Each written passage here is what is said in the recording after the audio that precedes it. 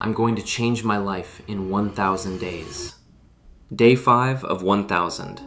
I woke up again at 6 a.m. The night before, I went to bed at 11 p.m. Since I had so many videos to edit, day 2, day 3, and the intro, I had planned to wake up at 5 a.m. to get ahead on the project. But honestly, I couldn't do it. I don't even remember turning off the 5 a.m. alarm. Maybe I was so tired that I didn't notice it at all. Because of that, I didn't make any progress at that hour. When I woke up at 6, the same battle returned. The 5 minutes. 5 more minutes to rest. 5 more minutes trying to find motivation where there wasn't any. In that moment, I was thinking about how hard those first 5 minutes are every single day. I thought about how, over the past few days, it's always been difficult for me to get up the moment the alarm goes off, and how I need those 5 minutes just to convince myself to move. I reflected on that a lot today, until a phrase echoed in my head. This is what we do now. I want to emphasize that phrase, because it's how I started my day. I said it to myself. This is what we do now. I could have easily said, this is what I do now, referring to waking up early for the work I'm doing. But the phrase came out in plural. This is what we do now. As if I wasn't alone. As if one part of me was talking to another and saying, we wake up at 6 a.m. because this is what we do now. I don't know why I said it like that, but somehow it worked. I want to believe it was an inner voice, a part of me that wants to improve, talking to the part that wants to stay in bed. Either way, that voice helped me get up and start the day, even though I need to say this.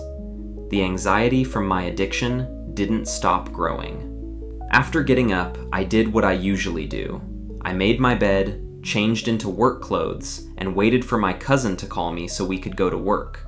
I may not have mentioned this in the previous video, but the day before I had been looking for work with my cousin's brother. I couldn't talk to him because he was sick, and when I went to see him, he was asleep.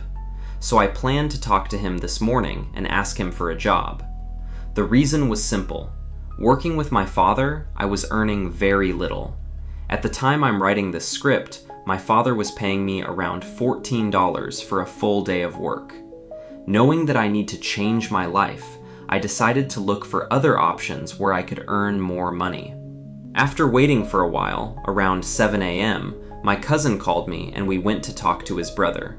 When we arrived, I spoke with him and he finally agreed. He told me I could work with them. After that, we went back home around 8 a.m. because we didn't know if we were actually going to work that day.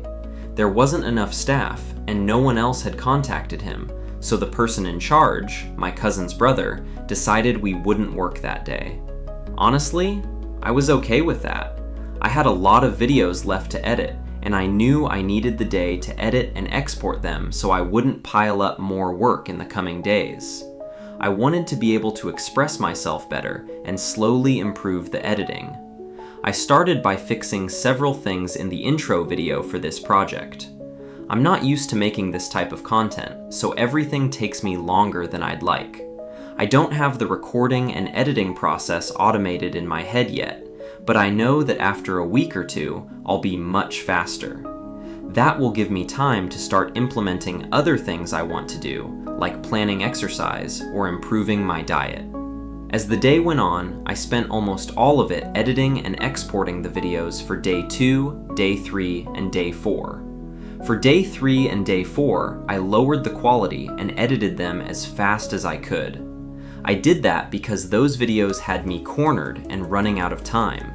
I had to sacrifice quality on those 2 videos just to free up time and mental space so I can edit one video each afternoon without feeling overwhelmed. I also wrote down a simple workflow for recording and editing this type of video in a notebook. And even if it doesn't seem like it, I made a lot of mistakes. Mistakes while recording, mistakes in editing, constant confusion. It was a back and forth of things that needed fixing. At the moment I'm writing this, I'm finishing the export of the vertical video for day 4. Because of that, the next few days will be calmer, and I'll be able to edit with more patience. In these 4 days of preparation, I've already created a decent template to continue with this content. Each day, the videos will improve, and despite all the work, I feel calm about what I've done. My day finally ended at 10 p.m. when I went to bed. I felt grateful for everything I managed to do. Since everything was so disorganized, I'm not even sure if I made 3 or 4 videos, but I made them. I got through a big part of the work I had been putting off, all for the sake of improving this project and presenting it to the world in a way that's at least decent. Starting tomorrow, I hope the videos will have better quality. I'm already thinking about strategies to improve the filming and to build a stronger narrative than what I've done in these first 4 videos. I know I can improve. At some point during the day, I realized that I haven't even completed 1% of this project yet. That fills me with both happiness and sadness. Happiness, because in these days I've tried to improve as much as I can, and sadness, because there's still a long road ahead. Even so, I feel at peace, because I'm moving toward the person I want to become. I know that in these last 2 videos, I haven't been able to go deeper into my daily life or my personal struggles because of the rush between recording and editing, but I promise that in the next videos, I'll share more about my personal growth. With nothing else to add, that was everything for today. I'll be back tomorrow.